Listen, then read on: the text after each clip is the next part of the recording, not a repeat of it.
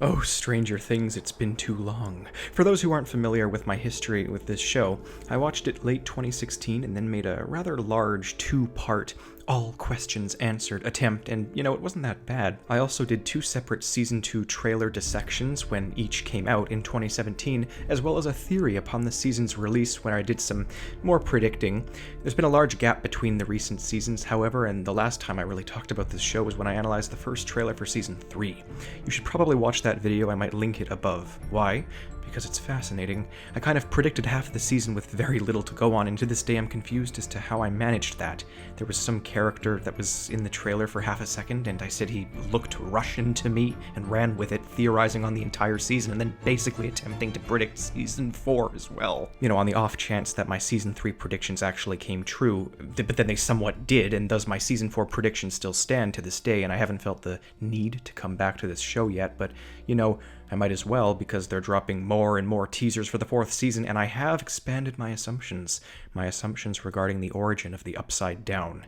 I still do believe it may have been created by some horrible experiment in our universe, but as to whether it was the Russians, Brenner, or Eleven herself, well, we'll just have to get looking.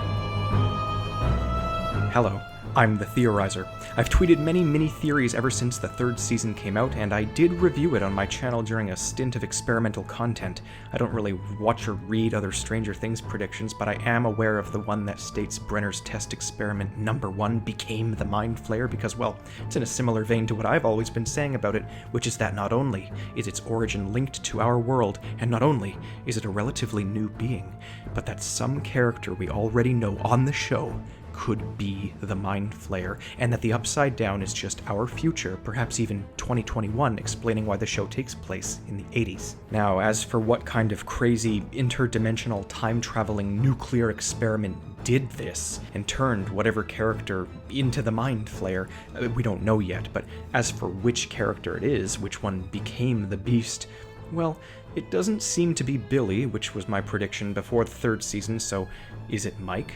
Will the final season end with Eleven facing off against her boyfriend? There are comparisons to be made regarding Mike and the Mind Flayer, memories, personality, intentions, however small. Or is it Eleven, or some part of her, like we've all been saying with the Demogorgon since day 1? Is the Upside Down inside her mind? Or is the Mind Flayer all of Brenner's other test subjects combined, like I boldly screeched at the Duffer Brothers on Twitter? Again, I say all of this because the Mind Flayer refers to itself as either male or as multiple individuals, which is a sort of human thing to do. It also seems to know English a bit better than if it were just haphazardly picking it out of a human's memory. Or in the very least, it has a sapient and vindictive personality akin to something more human, especially when contrasted with the completely alien environment encompassing it. Also, since day 1, I've been constantly screaming to anyone who will listen that the Upside Down is familiar with Dungeons and Dragons. The one-to-one correlations that the kids make in comparing its elements to that of a tabletop game initially made me assume that the game's founder was a dimensional traveler who'd been there, but why couldn't it be the other way around? That the Mind Flayer has terraformed a parallel universe on the basis of its warped, twisted memories of Dungeons and Dragons, just like the tabletop games we see the rest of the test subjects playing. Oh, chills have entered the chat indeed. Bet, Duffers, bet. Okay, so those are my updated guesses as to the Mind Flayer's identity as it currently stands, assuming my human origin theory is even remotely accurate. Let's get to the topic everyone's eager to maybe or maybe not discuss: Hopper. We've seen a few trailers now for the 4th season. More recently, we've seen the little teasers with jack squat minutia to go on, but not long after the 3rd season's release, the very first season 4 teaser confirmed that Hopper was indeed alive. That teaser was necessary when it was necessary, but I think, and have thought since seeing Season 3's post-credits scene, that the American in the Russian cell next to the Demogorgon is not Hopper. I am not alone in this, but people seem to have dropped the notion after the, in my opinion, rather misleading Hopper teaser trailer was uploaded. You see, Ray, that dude 8 and 11 attacked in the notorious Lost Sister episode, he confirmed that Brenner is still alive. And as a matter of fact, Matthew Modine is going to be in Season 4.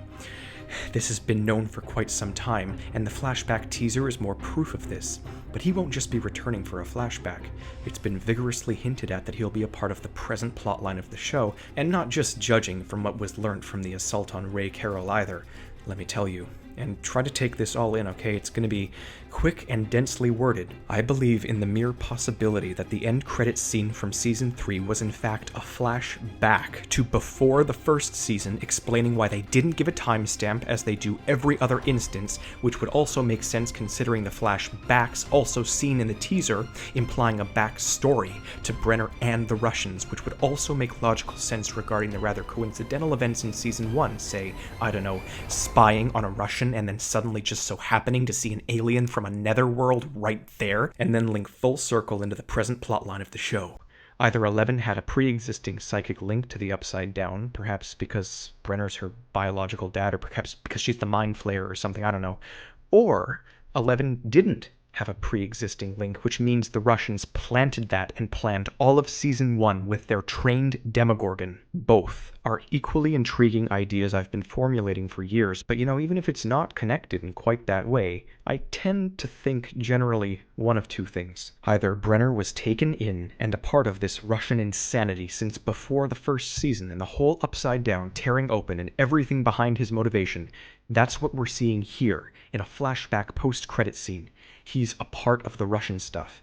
But more likely, I think he was kidnapped just after the first season and has been tortured into giving them information, like how they specifically knew a rift had been torn in Hawkins before, and likewise, if all this is the case, then I still think that the Upside Down's existence is tied to Dungeons and Dragons and the Russians, and I think it's pretty obvious that we only have a tiny piece of the puzzle, and the Russians know so much more than they're letting on, considering they have a trained Demogorgon that they transport across continents. With that in mind, I believe they kidnapped Hopper by having the Demogorgon yank him through a portal at the very last minute, similarly to what they could have done with Brenner. Either way, the Russians have Brenner and have been using him for intelligence. This plot thread is going to climax when Papa Number 1 meets Papa Number 2 in a Russian labor camp, and as mortal enemies they have to team up to escape captivity and in the end help Eleven regain her powers together. Bet, duffers, bet. A bet I might lose, considering the Russians seem clueless, and why would they be trying to tear a rift if they already have a Demogorgon and portals? I don't know, I need more time and more stuff to go on, but the answer is not that they're clueless. Their trained Demogorgon utterly confirms that they know exactly what they're doing. So we'll just have to wait and see. Finally, last prediction is on Season 5 and the outcome of the show. I also do believe that the whole story behind the Cold War will be a cover-up for what secretly actually happened in the world of Stranger Things. Sure, the Russians want to utilize the supernatural to win a war, and sure, they want to build portals for easy infiltration, but I think something quite simple. The Mind Flayer likes it cold. Cold War, that is. There are hints across every single season that they are going to drop a nuclear bomb on the Upside Down. Since Season 1, I've been asking, how will it all come together? Is the Upside Down a product of a nuclear winter? All the flakes, all the snow, all the atoms? How will it all come together? Each season, the pattern is the many becoming the one. Several plot threads and groups of characters connect by the finale to take down the enemy. As I predicted in Season 3, the human villain, Billy, would become one with the supernatural villain, the Mind Flayer, and they'd reintroduce the Russian threat. They did. Everything becomes one threat. All of the plot lines interconnect, just like every season, all the characters, everything. The Cold War and the Supernatural War need to crisscross. The Mind Flayer is a hive-minded amalgam of souls. To quote Season 3, Episode 6, E pluribus unum, one from the many. A little mention of fission here, a little reference to atoms there, and then they literally tried attacking the Mind Flayer's proxy body with explosives in the Season 3 finale, like honestly they're going to nuke the Mind Flayer.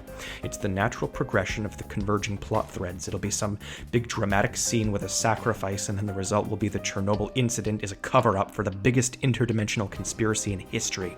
A cover-up exactly like the previous two seasons end with cover-ups as well, foreshadowing the big one. In Season 5, the Russians will be pitted against the Americans and then have to team up like Brenner did with Hopper in the Season 4 that hasn't even happened yet, and we'll get the usual, the exciting, the spooky. Bet, duffers, bet. Once again, I append my statements with a massive disclaimer. I am likely wrong. Let's see where it goes, because I'm eager to get me some Mind Flayer backstory, and after the more jovial monster mash of a third season, you can just tell they're going to pull a Lovecraftian extraordinaire in the fourth. They have to go dark, they cannot afford to do otherwise, and as I can reveal with great delight that the cast has been confirming exactly that. They'll have to do something truly dark and dramatic, something completely unexpected. They'll have to kill a beloved character in the most gratuitous manner possible. Someone you'd think, oh, that's off the table. Someone who's young and innocent, just been promoted to the main cast, fan-favorite character. Erica will become the Mind Flayer. They'll spend the whole season looking for the other test subjects, only to find out that they became the Mind Flayer. Oh, big twist. We're looking for the people to defeat the Mind Flayer. They are the Mind Flayer. Oh, big twist indeed. Then, oh wait, surprise. Who else had a D&D game but a personal connection to the main cast? A far darker realization. The Commie Crusader, Sassy Sinclair, now sinister, not dead, but the Shadow Beast itself. I only kid. Or do I? No, the Mind Flayer's male. To be honest, if they're going to do the Mind Flayer origin story twist, then they could make anyone the Mind Flayer and it would make sense. They could do it, they could pull it off. This show seems to permit me theorizing on my own theories and predicting 2 seasons out. So if this is a 5-season show like I've been assuming, then as they say in the improv assessment compilations, honey, you've got a big storm coming. A hellfire electrical storm, that is. I also think Robin is a militaristic informant of some sort for Brenner, Owens, or the Russians. Most inclined to say Owens because of how moderately suspicious he is, being the sole survivor of the Demodog assault and then showing up with the military seconds after Hopper gets kidnapped in the Season 3 finale. Sorry to drop those bombs on you, but get used to it because Season 5's bomb will be far more nuclear than my closing statements could ever hope to be. Until next time, I'm the Theorizer.